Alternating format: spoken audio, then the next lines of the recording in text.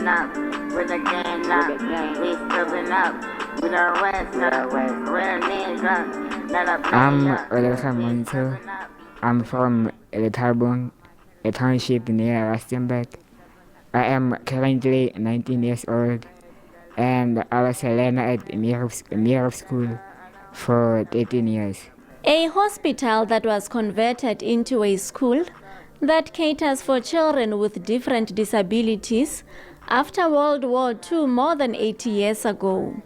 This school has now added to its history a 100% matric pass rate for 16 years. This despite great difficulty faced by some of the learners caused by their disabilities.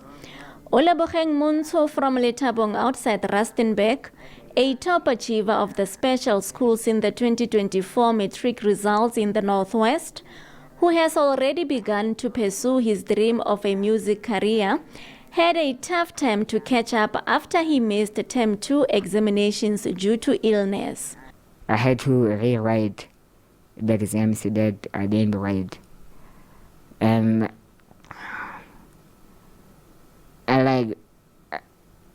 my disability, I had to get double time for every examination.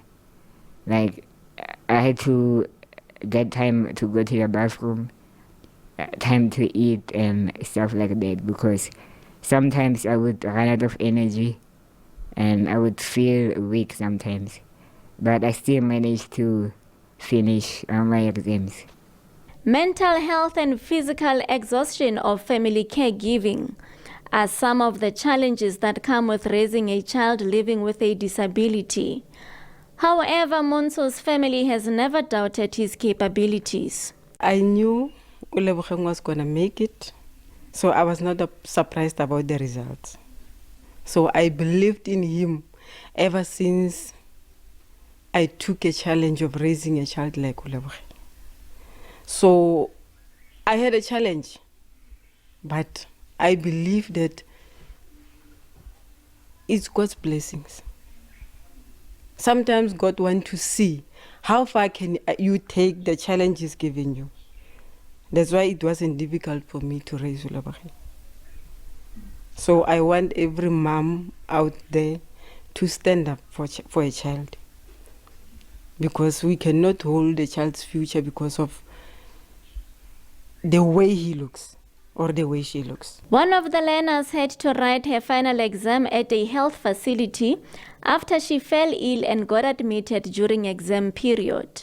While I was writing, I had to get medication while writing, and it was very difficult because the medication made me sleepy, but I still went through it, and the nurses had to constantly come and check up on me while I was writing.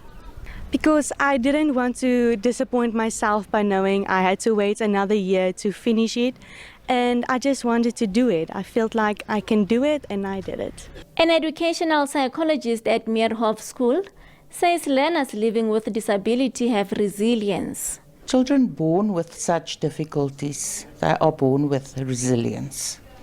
A lot of the times, people in other places, in other circumstances, would have given up a long time ago, and they just have something that makes them keep going. But support is very important. Children with, or learners with support from their houses and from their schools, they tend to excel. And that's what we try to do here, to support the children on every level. Emotionally, physically, scholastically, on all the levels. The school maintains achieving a 100% pass rate by implementing programs that ensure learners facing difficulties in their studies are not left behind. If you really look into the context from where the learners enrolled in our school come from, actually those are the learners with the barriers who did not cope in the mainstream school. So when the learner comes here, we have to set an individual support plan for each and every learner to support him to the best. And then in the end, the extra mile. What teachers manage to achieve is that they are able to reduce the subject content to the necessary and the essential core information needed in that subject. The institution has more than 200 primary and secondary school learners living with disability.